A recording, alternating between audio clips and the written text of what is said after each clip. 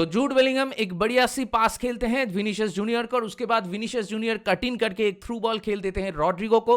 Rodrigo भी पलक झपकते एक प्लेयर को डॉच करके एक बढ़िया सी थ्रू बॉल खेल देते हैं एम्बापे को, और उसके बाद एम्बापे बॉल पे अपना जादू दिखाते हैं और एक बेहतरीन फिनिश कर देते हैं। तो कोई भी रियल मैड्रिड के फैन से अगर आप पूछोगे कि ये गोल देखने के बाद आपको कैसा लगा, I am sure every Real Madrid fan love this goal from yesterday's game. जी हां, यही तो रियल मैड्रिड के फैंस की सपना था कि एक बेहतरीन, एक बढ़िया सी केमिस्ट्री देखने को मिले between Jude Bellingham, Vinicius Junior, Mbappe and Rodrigo. और वो ही कल के मैच में जहां पे मैनचेस्टर सिटी के साथ दूसरा लेग था इन चैंपियंस लीग, वहां पे ये चीज देखने को मिला है फ्रॉम रियल मैड्रिड। तो ये वीडियो में बात करेंगे उसी मैच को लेके, और उसी के साथ एक प्रेशर सा मैच था between Aston villa and Liverpool, जिसके ऊपर प्रीमियर लीग की टाइटल रेस की जो नैरेटिव है वो भी डिपेंडेंट था। तो उस मैच को लेके भी बात करेंगे इस वीडियो में। तो बिना टाइम खराब किए चले इस वीडियो को शुरू करते। तो सबसे पहले बात करेंगे जो मैच था between real Madrid and Manchester city. तो इससे पहले जो पहला वाला लेग इथियाड में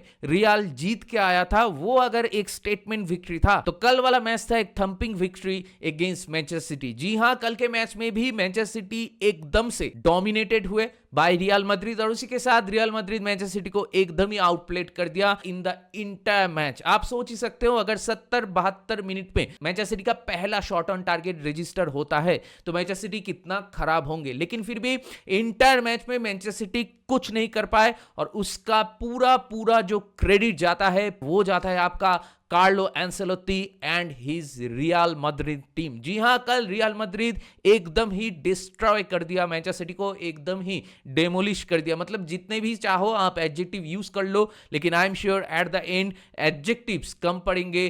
कल वाला मैच में रियल मैड्रिड जो परफॉर्मेंस डिलीवर किया है अगेंस्ट मैनचेस्टर सिटी, और उसी के साथ वो लोग दिखा दिए हैं कि क्यों they are the favourites to win this Champions League. भले ही वो लोग लीग फेज में टेबल में नीचे फिनिश किया हो, लेकिन वो लोग प्लेऑफ खेलते हुए भी अगर मैनचेस्टर सिटी जैसे टीम के अगेंस्ट में भी उनको खेलना है, जिस टीम के साथ उन लोगों का एक मॉडर्न राइवलरी बिल्डअप हो रहा है in recent years in champions league, उसी टीम को वो लोग एकदम ही बुरी तरीके से हरा देते हैं। और उसी के साथ ये ऐलान कर देते हैं कि भले ही हम लोग राउंड ऑफ 16 से पहले we were not that good और we were not played up to the mark in the champions league, लेकिन अभी बिजनेस एंड शुरू हो चुका है चैंपियंस लीग में, नॉकआउट फेजेस शुरू हो चुका है चैंपियंस लीग में, और कोई भी टीम हमसे ज्यादा बेहतर नहीं है in terms of knockout rounds in champions league. और कल के मैच में इंटर रियल मैड्रिड टीम की अब जितना भी तारीफ करो उतना कम है। मतलब रियल मैड्रिड के डिफेंसिव लाइनअप में बहुत सारे इंजरीज थे, लेकिन कल के मैच में एक रूडिगर वापस आ जाता है और देख के लगता ही नहीं कि उनके डिफेंस में कुछ इश्यूज था। मतलब एक प्लेयर वापस आते ही रियल मैड्रिड के डिफेंस एकदम ही रॉक सॉलिड लगने लगे,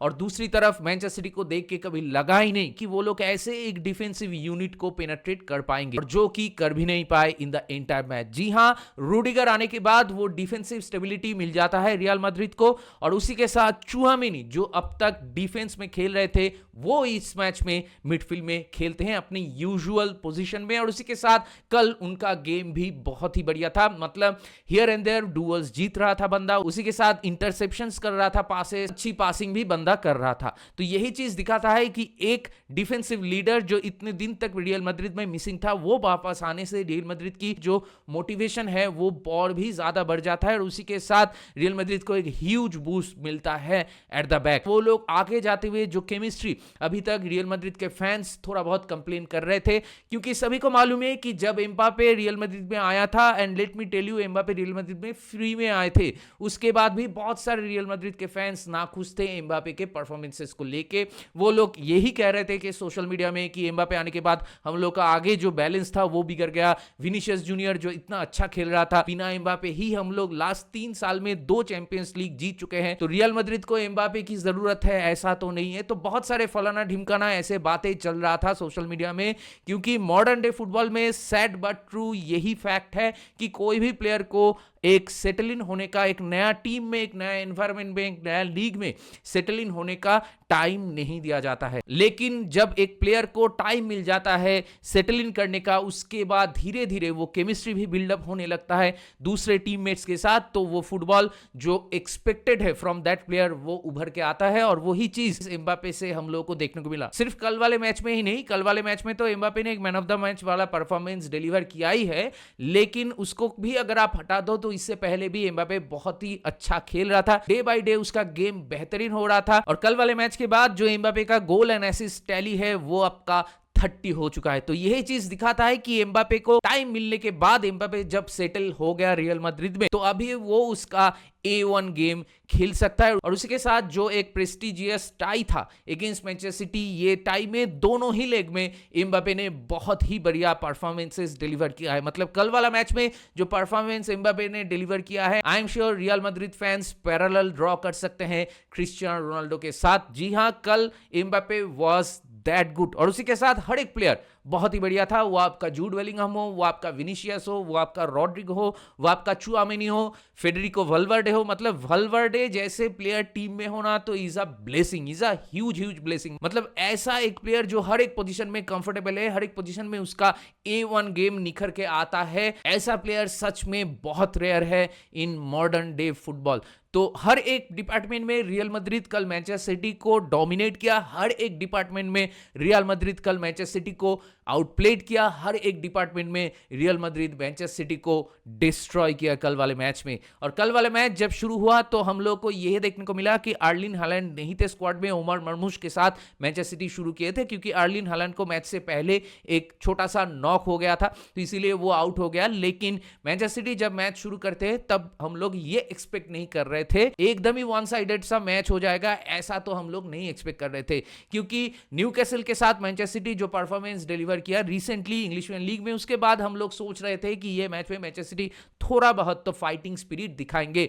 लेकिन मैच शुरू होते ही पहले 5 मिनट के अंदर ही एक लॉन्ग बॉल जो कि खेला था आपका एसेंसियो ने, जो कि एक बेहतरीन सा लॉन्ग बॉल था, एक लॉन्ग बॉल से मैनचेस्टर सिटी एंटायरली बीट हो जाते हैं। और उसी के साथ जो मैनचेस्टर सिटी की डिफेंसिव लाइन है उनको आइडिया ही नहीं है कि कैसे एम्बापे बॉल को रिसीव करके एकदम ही आगे चले जाते हैं, उनको बीट करके एक बढ़िया सा फिनिश कर देते हैं, एक लॉफ्टेड फिनिश कर देते हैं ओवा एडरसन। और उसी के साथ एम्बापे रियल मैड्रिड को वो क्रूशियल लीड दे देता है मैच के बिल्कुल ही शुरुआत में। और ये गोल होने के बाद रियल मैड्रिड एकदम ही हावी हो गए थे मैनचेस्टर सिटी के ऊपर, और मैनचेस्टर सिटी मैच शुरू होने से पहले ही एकदम बैकफुट में चले गए थे। और उसके बाद एक बार जो मैनचेस्टर सिटी बैकफुट पे गए तो मैनचेस्टर सिटी कभी गेम में वापस नहीं लौट पाए। मतलब जो लोग ये मैच मिस कर दिए, मैच की स्कोर लाइन जो लोग देख रहे हैं या फिर हाइलाइट्स देख रहे हैं, उनको लग सकता है कि इतना ज्यादा डोमिनेटिंग परफॉर्मेंस नहीं था फ्रॉम रियल मैड्रिड। लेकिन लेट मी टेल यू कि stats can be deceiving sometimes, कि कल वाले मैच में भले ही स्कोर लाइन 3-1 था in favour of real Madrid, लेकिन कल वाला मैच में मैनचेस्टर सिटी थोड़ा लकी थे कि उन्होंने 5-6 गोल कंसीड नहीं किए, क्योंकि कल वाला मैच एक ऐसा ही मैच था जहां पे रियल मैड्रिड शायद 5-6 या 7 गोल भी मार सकता था। मतलब किलियन एम्बापे को कैसे टैकल करना है मैनचेस्टर सिटी के पास कोई भी आइडिया नहीं था। उसी के साथ विनीशियस जूनियर जैसे प्लेयर को वैसे भी टैकल करना बहुत ही मुश्किल होता है। और उसी के साथ रॉड्रिगो, जूड बेलिंगहम, मतलब किसको छोड़ के किसको मार्क करे। और दूसरी तरफ मैनचेस्टर सिटी बहुत सारे मिस्टेक्स करते हैं डिफेंसिवली, थोड़ा सा प्रेशर अगर रियल मैड्रिड बिल्डअप कर देते हैं मैनचेस्टर सिटी के ऊपर तो वो लोग पिच पे भागने लगते हैं। और यही चीज कल के मैच में एंटायरली हम लोग को देखने को मिला कि real Madrid were dominating in the every department, midfield में हो, डिफेंसिवली हो या फिर ओपोनेंट के बॉक्स पे हो, रियल मैड्रिड वर एवरीवेयर। और मैनचेस्टर सिटी बहुत ही प्रेशर में थे और बहुत ज्यादा वल्नरेबल लग रहे थे। पहले हाफ में ही मैनचेस्टर सिटी 2 गोल कंसीड कर लेते। पहला तो गोल आपका 5 मिनट के अंदर ही कंसीड कर लिया। उसके बाद वीडियो के एकदम शुरू में जो चीज मैं कहा था कि जूड बेलिंगहम एक पास खेलता है विनीशियस जूनियर को, उसके बाद विनीशियस जूनियर खेलता है रॉड्रिगो को, और रॉड्रिगो खेलता है एम्बापे को, और उसके बाद एम्बापे एक बढ़िया से फिनिश कर देते हैं, जहां पे जोस्को ग्वार्डियोल को उसने बिल्कुल ही बेवकूफ बना दिया और जोस्को ग्वार्डियोल को एकदम ही लेटा दिया जमीन पे, और वहां पे ही made a fool out of him. और उसी के साथ वो गोल का सेलिब्रेशन भी वही मॉकिंग करते करते कर रहा था। देखो बंदा तो स्लाइड करके गिर गया है जमीन पे, जो मुझको टैकल नहीं कर पाया, क्योंकि I have that skill to dodge the people in close proximity और उसी के साथ मैं फिनिश भी कर सकता हूं।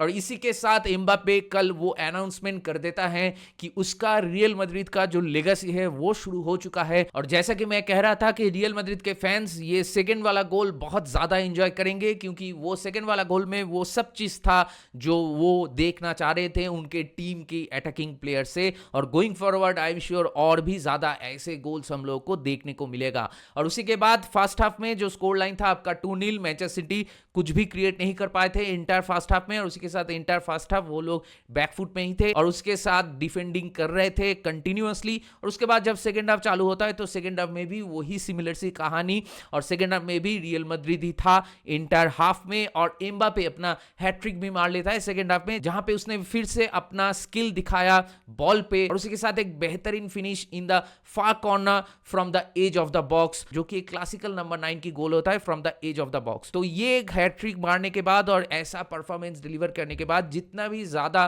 प्रेशर बिल्डअप हो रहा था एम्बापे के ऊपर, आई am sure everything went away after this performances. और 2 मैच में मैनचेस्टर सिटी के अगेंस्ट में एम्बापे ने 4 गोल मार दिया। भले ही लीग फेज में लिवरपूल नंबर 1 में फिनिश किया है, बार्सिलोना भी उनसे ऊपर फिनिश किया है, लेकिन नॉकआउट स्टेज के मामले में और चैंपियंस लीग के मामले में जो पेडिग्री रियल मैड्रिड के पास है वो किसी भी टीम के पास नहीं है। And that is why I am thinking कि ये सीजन में भी आप रियल मैड्रिड को चैंपियंस लीग में अंडरमाइन नहीं कर सकते, अंडर एस्टिमेट नहीं कर सकते। भले ही बार्सिलोना एंड लिवरपूल, आर्सेनल, जितने भी सारे टीम्स है चैंपियंस लीग में अच्छा खेल रहा हो, लेकिन रियल मैड्रिड की अगर बस चले तो रियल मैड्रिड सभी को हरा सकते हैं और इस साल भी वो लोग चैंपियंस लीग जीत सकते हैं। और वो एम्बापे के लिए कितना इंपैक्टफुल होगा आप सोच ही सकते हो। तो कल वाले मैच में जब रियल मैड्रिड इंटायरली डोमिनेट कर रहा था तो एकदम एंड में जाके स्टॉपेज टाइम में मैनचेस्टर सिटी को एक फ्री किक मिलता है, जहां से उमर मरमुश एक बढ़िया सी फ्री किक लेते हैं, बॉल पोस्ट पे हिट होता है, रिबाउंड में निको गोंजाल्वेस गोल स्कोर करते हैं, लेकिन वो गोल प्योरली कंसोलेशन गोल था।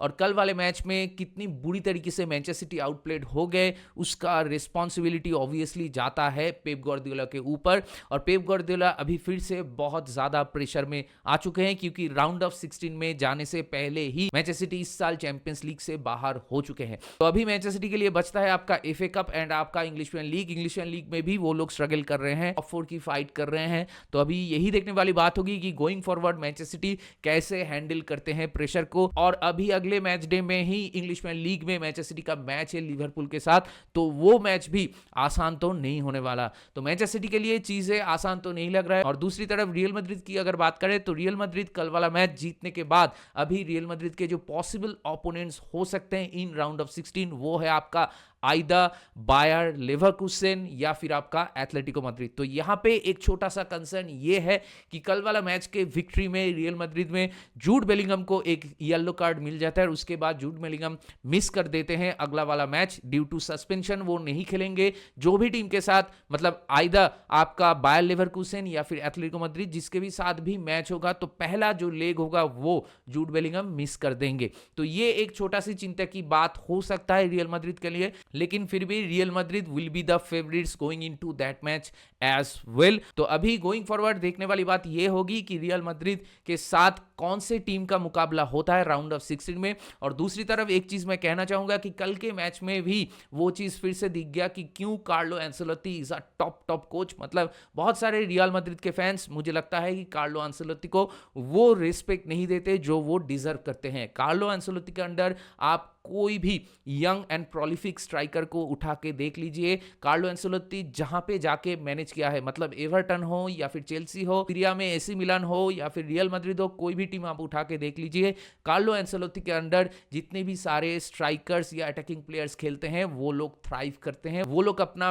बेस्ट वर्जन निकाल पाते हैं अंडर कार्लो एंसेलोत्ती। और ये चीज प्रूवन है और इसीलिए मुझे पता था कि एक ना एक दिन एम्बापे ऐसा परफॉर्मेंसेस डिलीवर करना शुरू कर देगा फॉर रियल मैड्रिड। और आई एम श्योर कि वो घड़ी वो समय अभी आ चुका है रियल मैड्रिड में। और उसी के साथ अब big congratulations to every Real Madrid fan for winning this tie. तो देखते हैं गोइंग फॉरवर्ड क्या करते हैं Real Madrid and Manchester City अपने अपने रेस्पेक्टिव कंपटीशंस में। इसके बाद चलिए बात कर लेते हैं लिवरपूल और एस्टन विला के बीच जो मैच था, जो मैच विला पार्क में था उसको लेके। तो ये मैच खेलने से पहले लिवरपूल के ऊपर प्रेशर तो था क्योंकि कोडी गक्पो लिवरपूल के स्क्वाड में नहीं है ड्यू टू इंजरी। और उसी के साथ लास्ट वाले गेम वीक में जो वुल्व्स के साथ मैच था वहां पर भी हम लोग को ये चीज देखने को मिला था कि भले ही लिवरपूल पहले हाफ में मैच को डोमिनेट कर रहे थे, लेकिन सेकंड हाफ में जाते जाते लिवरपूल अंडर प्रेशर आ चुके थे, क्योंकि बिजनेस एंड में जितना भी आप टाइटल रेस में आगे जाओगे तो आपके ऊपर प्रेशर तो बनेगा और आपका नर्व भी हिट हो सकता है। तो वही चीज वुल्व्स के साथ लिवरपूल का हुआ था लास्ट वाले गेम वीक में। तो उसके बाद ये वाले मैच, जहां पे ये मैच विला पार्क में था, और एस्टन विला का जो टीम है वो बहुत ही बढ़िया टीम है।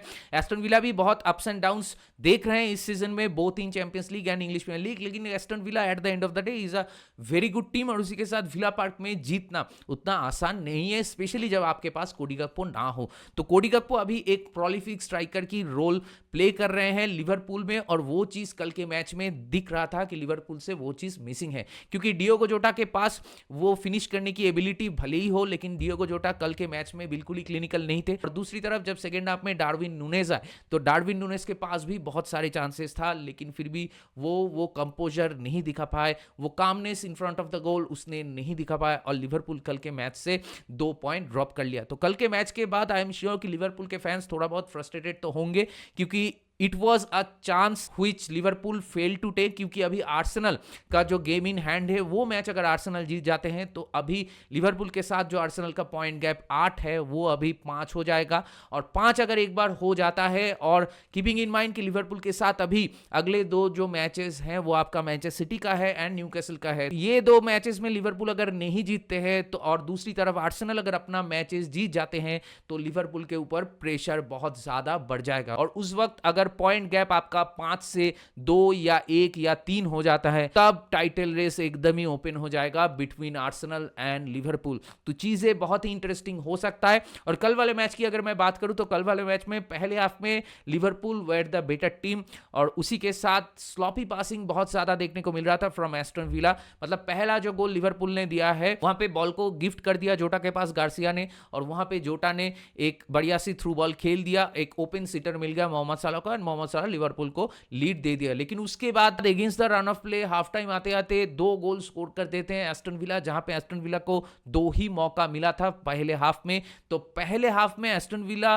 वे clinical in front of the goal, लेकिन Liverpool were the better team, क्योंकि लिवरपूल मैच को डोमिनेट कर रहे थे। लेकिन सेकंड हाफ में जाते हुए सेकंड हाफ में मैच बिल्कुल ही बदल जाता है, क्योंकि सेकंड हाफ में लिवरपूल सेकंड गोल के लिए पुश करते हैं और दूसरी तरफ एस्टन विला थर्ड गोल के लिए पुश करते हैं। तो सेकंड हाफ में बढ़िया सी एंड टू एंड फुटबॉल देखने को मिला है, and it was a brilliant game of football for neutrals. लेकिन सेकंड हाफ में लिवरपूल अपना दूसरा गोल मार देते हैं थ्रू ट्रेंट अलेक्जेंडर-आर्नोल्ड, जहां पे उसने एक बढ़िया सी फिनिश किया है, और उसी के साथ फिर से मोहम्मद साला ने ही असिस्ट किया है उसको। और उसके बाद भी लिवरपूल के पास 2 बैक टू बैक चांसेस आते हैं, जहां पे Darwin नुनेज could have won the match for them. मतलब 1-2 चांसेस नहीं, 2-3 और भी हाफ चांसेस थे डार्विन नुनेज के पास, जहां पे उसके पास मौका था बॉल को स्क्वायर करने का। एक दफा आपका सोबोस्लाई के पास, एक दफा आपका साला के पास, तो मौके तो थे लिवरपूल के पास मैच जीतने का, लेकिन Liverpool fail to do so. और उसी के साथ बहुत बार ऐसा हम लोगों को देखने को मिला है कि प्रेशर सिचुएशन में डार्विन नुनेज अक्सर ऐसे फंबल कर जाते हैं। तो आई एम श्योर कल वाला मैच के बाद जो क्रिटिसिज्म डार्विन नुनेज फेस कर रहे हैं, इसके बाद तो अगले समर में नेक्स्ट सीजन के लिए मुझे नहीं लगता कि डार्विन नुनेज को लिवरपूल रखेंगे अपने टीम में, क्योंकि उनको एक प्रोलिफिक स्ट्राइकर की जरूरत है in terms of goal scoring. क्योंकि अगर कोडी गक्पो की इंजरी हो जाता है और लुइस डियाज भी उतना ज्यादा क्लिनिकल नहीं होते इन फ्रंट ऑफ द गोल, तो डार्विन नुनेज के ऊपर प्रेशर आ जाता है टू स्कोर गोल्स। और वो चीज अगर वो बार बार ऐसे फंबल करता रहा तो फिर आई हैव टू से कि लिवरपूल की जो स्टैंडर्ड है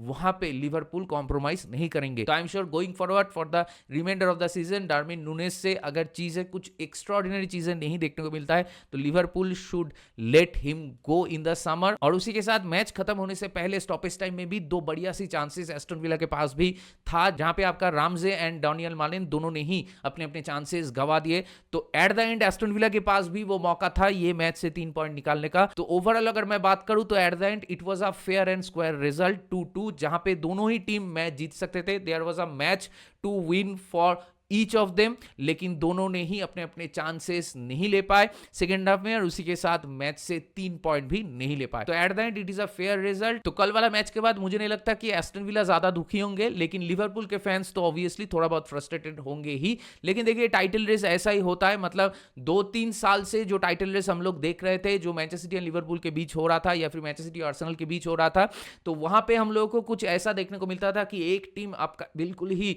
एक डोमिनेटिंग रन पे चला जाता था, जहां पे कोई भी पॉइंट्स ड्रॉप नहीं करता था वो टीम, और एंड में जाके वो लोग ईपीएल जीत जाते थे। लेकिन इस सीजन में जो टाइटल रेस हो रहा है, जहां पे लिवरपूल एंड आर्सेनल दोनों ही टीम पॉइंट्स ड्रॉप कर रहे हैं, तो ऐसा टाइटल रेस हम लोग पहले देखते थे इंग्लिश प्रीमियर लीग में, जहां पे जो टीम जीतता था वो भी बहुत सारे पॉइंट्स ड्रॉप करते थे, और सेकंड वाली जो टीम है वो भी पॉइंट्स ड्रॉप करता था। तो इट इज इन अ वे आप कह सकते हो कि विंटेज इंग्लिश प्रीमियर लीग वाला टाइटल रेस जो इस साल हम लोग को देखने को मिल रहा है। और गोइंग फॉरवर्ड, जैसे कि मैं कहा कि आर्सेनल ये रिजल्ट से बहुत खुश होंगे, वो लोग लिवरपूल के साथ जो पॉइंट गैप है उसको थोड़ा बहुत कम कर सकते हैं। एंड उसी के साथ लिवरपूल की अगले 2 जो मैचेस हैं against Manchester city and Newcastle United, ये 2 मैचेस के ऊपर बहुत कुछ डिपेंड करता है टाइटल रेस की अगर मैं बात करूं तो देखते हैं आगे जाते हुए इंग्लिश प्रीमियर लीग की टाइटल रेस कैसे शेप अप करता है बिटवीन लिवरपूल एंड आर्सेनल। तो कल वाले मैच को लेके, दोनों ही मैच को लेके, एक तरफ जो मैच था between real Madrid and Manchester city, और दूसरी तरफ जो एस्टन विला